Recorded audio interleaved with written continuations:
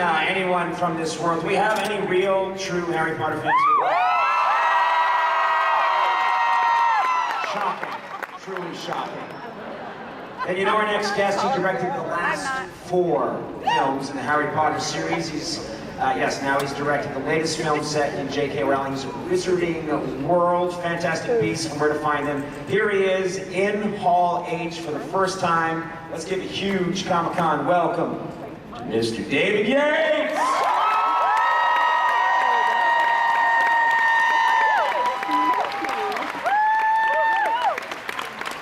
How are you, David? Thank you very much, everybody. It's really wonderful to be here and to feel the energy in this room. We make these movies for people like you, and being here for all of us is an incredible inspiration as we go back and work on the movie. I've known a few wizards in my time, and I brought a few of them here today to spend some time with us. And this first gentleman, you'll know him from, he won an Oscar for a recent movie. The Theory of Everything, and you may have seen him in The Danish Girl. He plays Newt Scamander in Fantastic Beasts, and it's Mr. Eddie Redmayne.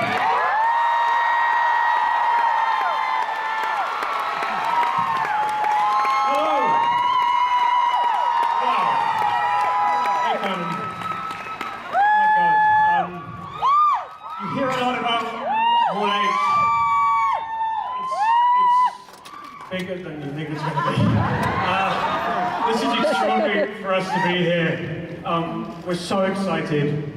And for what I want to do, we're going to need a bit more light. So if it's all right with you, I'm just going to...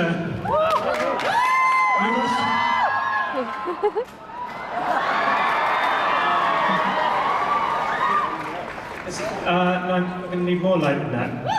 I'm sorry, Eddie, I know lighting very well, and I know this hall, that's as bright as it can go. That's the absolute limit of brightness. That's mildly catastrophic. Well, perhaps what I could do is get some... I've got an idea. I'll get some help. Sure. Just come down. No idea where he's going. He's unprecedented. I don't know where Eddie Redmayne is going. I don't know what he's doing. I can see someone, but I've got a few special ones here, so if I could just start, I give you that one for a start. This is going to take a while. Sure. I might need some more.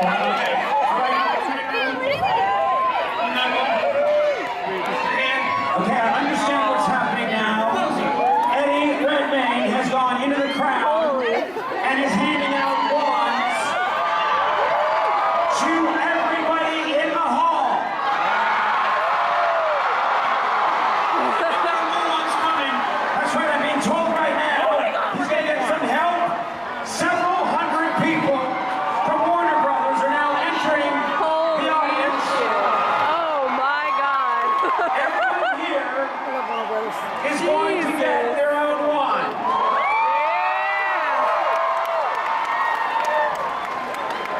Eddie, I told Eddie, do not go into the crowd. It's a rabid crowd. They're insane fans. He went against my wishes. He is now going through the crowd, and every single person here is going to get their own wand. Hang on to your wand, because once you have it, we're going to need you to use it. Eddie now working his way through the crowd. He's really going all the way back to Hall H. Redmayne is not fucking Hall H is over 15 miles deep. If you've got a wand, will you hold it up? If you've got a wand, hold it up. If you don't have a wand, don't hold anything up, because that would be confusing. Once you get your wand, prepare for your orders. Eddie's still working his way. Eddie's still working his way to the back of Hall H, where he is personally handing out wands to everybody here, with the help of over 10,000 people from Warner Brothers. guys. That's it. Each one paid very little. I'm just throwing that in myself. Fantastic Beasts, guys. Now I'm bantering while Eddie and Warner Brothers people are handing out wands. If you need a wand, you will get a wand.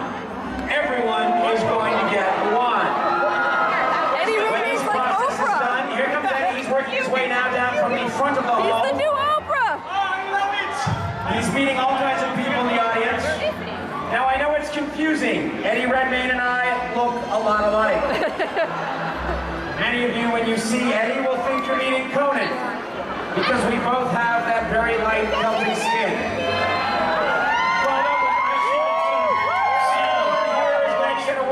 Make sure you get a wand, ladies and gentlemen. People are hitting that from Warner Brothers, and Eddie is back. Let's hear it for Eddie Redmayne.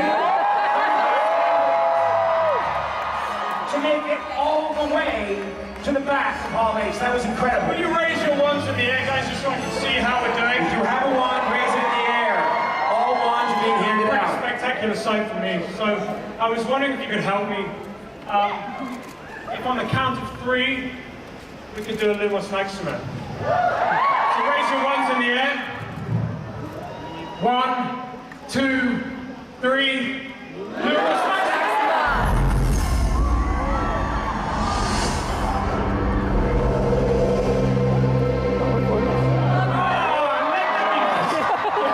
I was like, Eddie?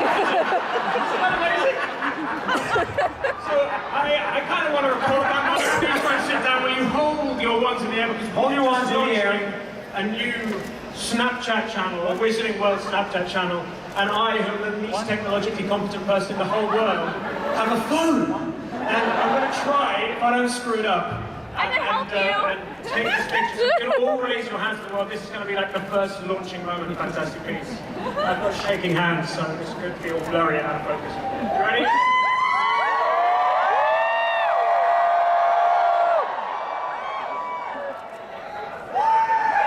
Amazing! Now I need to know what to do with it, so I'm just going to fiddle here and do something. I can totally help you. Like a psychopath in the photograph that you all look beautiful. Right. Oh, It's dear. going incredibly well. I think that's all it says no internet connection. It could be a catastrophe. Anyway, thank you for Hey, joining can me we on get one that. shot of you? Can everyone put their wands in the air, and I will get a shot of all of you with your wands in the air with Eddie in the foreground. One last quick shot. This will go out. Yeah! Very nice. Let's hear it. Thank you, guys. Everything. Talented actor, Mr. Eddie Redmayne. Thank you for doing that. That was amazing. I've never seen anybody do that before. That was really nice That of you was to go crazy. out, greet the people, give them I've spent years wanting to come to this hall. You hear so much about it. It's in kind of like the sort of film lore. And to actually get to go to the back of Hall H was kind of extraordinary. Anyway, thank you guys for helping there. Guys, we'd like to introduce the rest of our cast for Fantastic Beasts and where to find them. Some more wizards that we have for you tonight. Playing Tina is Catherine Waterston.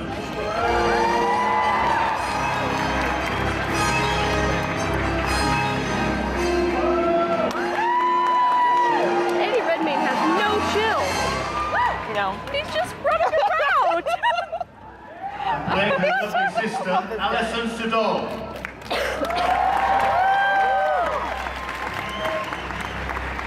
Jesus.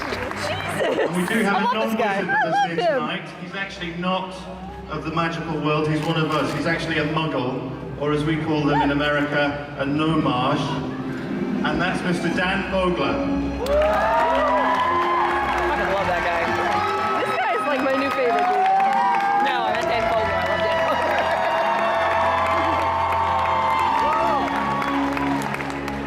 And we'd also like to introduce you now to a guy who plays Mr. Graves in our movie. He's called Colin Farrell.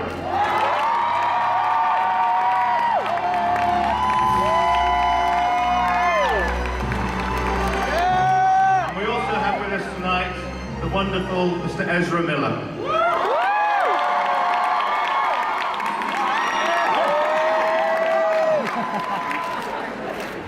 So David, your questions. First of all, you directed 4 of the Harry Potter films, one of the most iconic, amazing franchises of all time. And then you take on this challenge. Does it feel any different to you? Does it feel like a different challenge? Do you know, it's an extension of Joe's universe in a very exciting way. And it's a lot of the things that we love about the Harry Potter world, but it's got a whole new set of characters, a whole new set of rules, and it's set in New York in 1926. So it takes her universe further in a much more exciting and adventurous way. There are incredible beasts in the trailer, and this is a crowd that's going to want details about the beasts. Anything you can tell us about that? We've got a whole array of beasts that Eddie looks after in his magical suitcase. We've got this little thing called a niffler that's into sort of treasure, a murtlap that's a sort of pesky rat-like creature, a demiguise, which is an ape-like creature who can appear and disappear at will, and these amazing, amazing serpent-like creatures called okamis. And these okamis can sort of change size and shape. So they could be here on the tabletop next to this bottle about this big, or they could fill this entire hall. And there's some of our beasts. All right, now Eddie, this film is set in a new place, new time. There are going to be Easter eggs for fans, I'm told. Can you comment on that at all? No comment. I am still sweating with excitement from just running around Hall H. I don't think I even heard that question. Always nice to have you run around a Hall H, in what looks to be a heavy sweater in San Diego in the 90s, and then have you sit down and answer questions. I like the way they've laid this out for you. But yeah, I was told that there were Easter eggs in the film, but there may be Easter eggs. I don't know if you can comment on it. I'm hoping there are Easter eggs. I had the extraordinary excitement of seeing, like, there's a Lego figure, a new Lego figure that got me, like, more excited than I've been since I was about 5. So I'm sure there will be Easter eggs. All right, this is for all anyone on the panel who wants to comment about their characters in in the film. Talk about portraying those characters and anything you want to say. Go for it. Nope. Well, there you go. Was it exciting to jump into J.K. Rowling's world? Anyone who wants to take that one? This is Yes. Yes. It was incredible. I mean, who's a Harry Potter fan in here? So imagine that you think that world is done, and then you get to walk into it. You get to be a part of a brand new world, but it's set in 1926 in New York, and it's the American version. I mean, can you imagine that? It's like getting your Hogwarts letter way late in the game, but you're still getting it. You get your letter! Now, Dan, you play, I think, the only non-magical character who has a central role in the film. What's that like? Well, Lonely? it's Han Solo wasn't a Jedi. That's a really good point. I'm a magical person in real life. Playing a non-magical person, and I was thinking, today's day and age, that would be cool. It's a big deal. He's just a little sore because he didn't get a wand. Like everybody else did. Yeah. Mr. Wand Envy. Hang around, there's like 20,000 of them here. Someone will sell you their wand for much more than they should. That's how these people are. I think we're going to take some Q&A from the audience, I believe, and I think that's going to go just as it always does. This way, and I've got some costume, because that's the way things go. Let's have the lights come up, Just so beautiful. and we'll do some Q&A, and it's that guy again. It's a busy day for you, Your Highness. I'm sorry, there's 10,000 people in this room. How do you get 2 questions? Give us a little hand. That's fair. It's good to be the king. It's okay, they'll be back. I'm just thrilled to be in the room where it happens. So, I'm a costume designer, and... Oh, really? It's good to see you don't take your work home with you. I want to dress all of you. Colleen Atwood is my idol, for lack of a better word. And I want to know what it was like working with her, because I want to be on that level someday, so that's that. I remember looking around the Macusa, there's a scene Whoa. Can I Whoa. say that? What's Dan, what are you doing, man? Oh, wait. Is that? I don't know about that. We were talking about that earlier, weren't we? That's okay. It's okay. Anyway, there was this random scene. Hole's going to appear in the floor and Dan's just going to disappear and be dead. That'd be a drone strike on Hall H. You're going to post it in honor of Dan Folger for the whole film. Me even vaguer.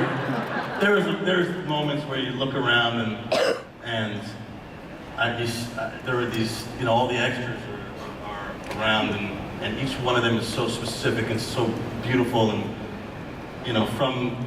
from where I was standing, each one of them looked like like an action figure that I just wanted to pick them up off, and take them home. They just look so perfect, and she's incredible. She has a way of making you look great and just perfectly fitting into the story, And she's completely consumed by what she does, man. Every single character in the film, whether it's a leading character or a supporting character or somebody who may be a day player, nothing gets in front of the camera without her checking it first. I have a coat, a long kind of something that kind of felt like a cloak, but it wasn't a cloak. But I dare anyone to tell me it wasn't a cloak. But anyway, I had this really beautiful long black cloak coat, and she had two versions of it, and the shoulders there was maybe a quarter of an inch of difference between the two versions in the shoulders, and based on where the camera was going to be positioned, and to her eye, the aesthetic of the coat changed dramatically enough that she had those two. It seems like a small detail, but for her to have that level of attention and care with the process was amazing to be around, and she was just so imaginative. She's the ultimate gangster. Yeah. She looks at you and she's like, yeah, that. She already knows your sizes. It's completely next level. You feel like a piece of meat. Yeah. She also Is what he's saying. It's not about you, but you're kind of okay with that. She makes everything as well, or she has everything made. So just down to the smallest detail, like our shoes were made for us. Everything was handcrafted and done in a very beautiful way. So you never feel like you're wearing anything that's modern. Everything that we wore felt like it was from this other world. And as an actor, I think that really influences how you feel, because you feel like you're immersed in a different universe fully, and then also with the sets and everything. To the point where she even made period underwear available, which I chose not to wear, by the way. I stole some of that. I still have my period. I'm rocking the 1924 today. Very loose. Very that what we meant. Well, I think on that note, can I just bring it down? It doesn't get better than that. We should take a look at the trailer. I demand that I get one. I think I would rock that look. This is incredibly exciting. Thank you so much for being here. Thank you so much. I don't know if anyone has anything they want to add at the last second. You must be very proud of this film. We're so excited to bring it in November to you all. It's been, talking about Colleen Atwood earlier, everybody brought their A game to this movie because we know that we're following a legacy that means so much to so many people. And everyone along this table invested so much passionately into the project, which we hope you can see there, and we can't wait for you to all see it in November. Hope you'll enjoy it, guys. Fantastic Beasts and Where to Find Them opens November 18th. Let's have a huge hand